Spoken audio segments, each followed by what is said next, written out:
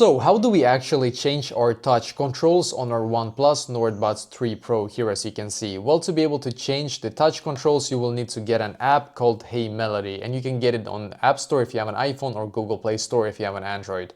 Then we're just going to open it up here, and then we need to connect to our OnePlus Nord Buds 3 here, as you can see. So sometimes it's connecting right away, sometimes you have to click on the plus icon to be able to find them.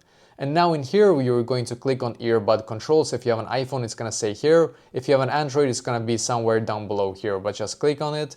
And then you can see you can change the single tap left button earbud here if you wanted to play and pause as an example, and all the other settings here as well. So this is for the left earbud and this is for the right earbud, obviously. So let's say if you long touch and hold left earbud, and what they mean is there's going to be like a little button here or like a thing here that you can hold on to. So if you hold this one, what will happen? Well, you might want to have it set to either nothing, or maybe you want it to have volume up or volume down as an example on the left earbud. But you can just play around with the settings here. You can see there's a bunch of settings here for you to choose, and basically that is exactly how to change it.